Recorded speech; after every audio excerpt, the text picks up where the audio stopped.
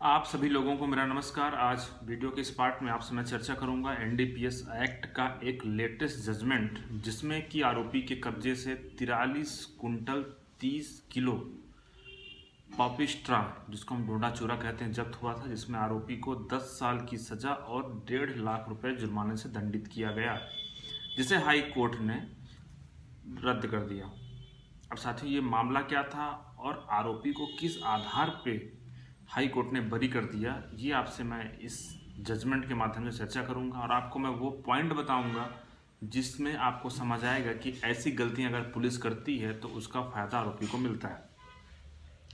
तो साथियों, जो मामला है उत्तर प्रदेश का है। उत्तर प्रदेश पुलिस को सूचना मिलती है कि एक ट्रक है जो कि डोडा चूरा है जिसमें, और वो अवैध रूप से उसका संचालन किया जा रहा है और उसको बरेली ले जाया जा रहा है बेचने के लिए। पुलिस मौके पे पहुंचती है, ट्रक को जब्त करती है।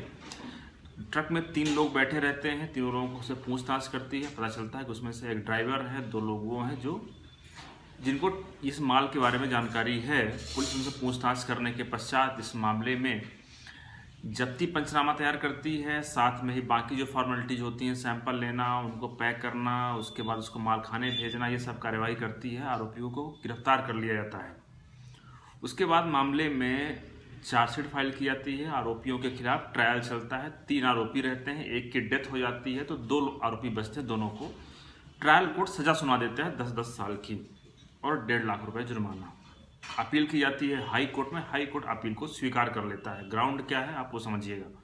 पहला ग्राउंड है इस मामले में कि जो ये माल जब्त किया गया था 42 कुंटल 30 किलो, इसे कोर्ट के समक्ष प्रस्तुत नहीं किया गया है। ऐसी गलती अधिकतर मामलों में होती है, पुलिस करती है, क्योंकि जहां पर भी कहीं पे झूठे मुकदमे बनाए जाते हैं उसको कोर्ट के सामने प्रोड्यूस नहीं किया जाता है, क्योंकि उतना माल पुलिस के पास नहीं होता है।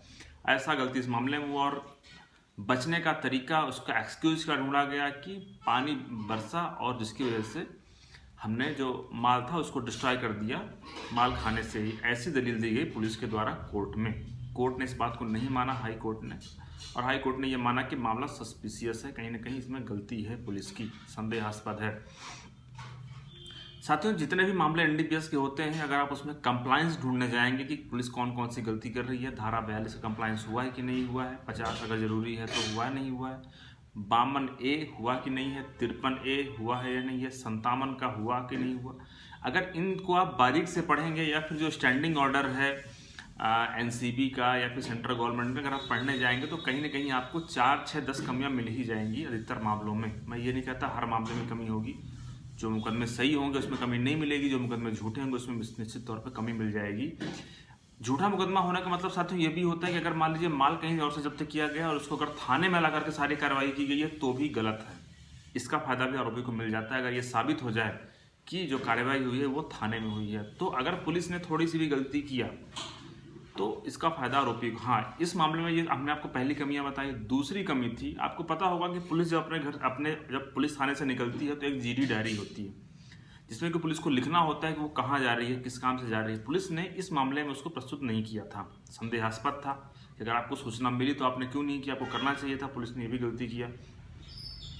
तीसरी बात है कि इस मामले में जो विटनेस थे, आई विटनेस थे, जो मतलब यूँ कहा जाए कि जिन्होंने जो पंच साक्षी थे, जिनके सामने सैंपल लिया गया, तो जब उनसे पूछा गया कि भाई आप ये बताइए कि जो सैंपल लिया गया तो कितने बोरे थे उसमें से सैंपल लिया गया, तो वो नहीं बता पाए।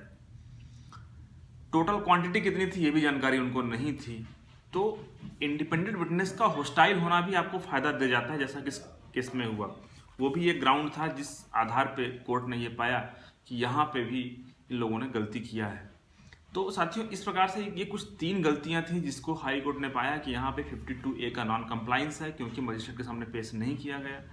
जो जीडी डायरी होती है उसको प्रस्तुत नहीं किया गया। ये नहीं कह सकता कि पुलिस वाले वहाँ गए ही थे। और जो तीसरा पॉइंट है कि जो इंडिपेंडेंट विटनेस है उसने समर्थन नहीं किया जो बयान उसने पुलिस को दिए थे। तो अगर इस प्रकार से आपको कुछ भी पॉइंट मिल जाए, 3, 4, 5 पॉइंट, अगर आप चार्जशीट को बहुत बारीक से पढ़ेंगे, कई बार पढ़ेंगे, तो आपको ढेर सारी कमियां मिल जाएंगी। तो अगर ऐसी कुछ कमियां आप ढूंढ पाते हैं, और मैंने इससे पहले जो वीडियो बना है उसमें भी आपको बताया है कि आपके पास जब भी कमियां आए तो आप उसको क्रॉस एग्जामिन करिए आईओ से, जो पुलिस वाला है उससे। अगर आपने उसको क्रॉस एग्जामिन नहीं किया, अगर आपने उस पक्ष को कोर्ट में नहीं रखा, अब आप केवल फाइनल आर्गूमेंट पे टाइम पे रेस कर रहे हैं, तो हो सकता है कोर्ट कंसीडर ना करे। तो आपके जो भी, आपको जहां भी समझ में आ रहा है कि 42 का नॉन कंप्लाइंस है, 50 का नॉन कंप्लाइंस है, 52 का नॉन कंप्लाइंस है, 53, 55, 57 जिनका भी नॉन कंप्लाइंस है, तो आप उस सवाल को जो पुलिस वाला है उससे ज़रूर पूछें कि भाई आपने ऐसा किया या नहीं किया। अगर किया है तो कहाँ किया है, उसका सबूत क्या है, किस कागज़ में लिखा है कि आपने किया है। अगर आप पुलिस वाले से 3-4 पॉइंट ऐसे ही निकलवा लेते हैं जिनका कि नॉन कंप्लाइंस है, तो वो कोर्ट को बरी करने का एक आधार हो जाता है। अब अगर आप ट्रायल कोर्ट के पास सिंपल कहने जाएंगे कि नहीं हम तो निर्दोष हैं, हमें झूठा फंसाया गया है, हमारा कोई रोल नहीं है, हम वहाँ पे थे नहीं, तो ऐसी आपकी बात कोई सुनने वाला नहीं है। जब तक कि आप क्रॉस एग्जामिन में जो जो जो विटनेस आ रहे हैं, जो अपने स्टेटमेंट डिपोज कर रहे हैं, जब आप उनके सामने जब तक आप उस फैक्ट को नहीं रखेंगे और ये वेरीफाई हो जाएगा कि वास्तव में इन सेक्शंस का नॉन कंप्लाइंस है, तब तक आपको फ़ायदा मिलने वाला नहीं है।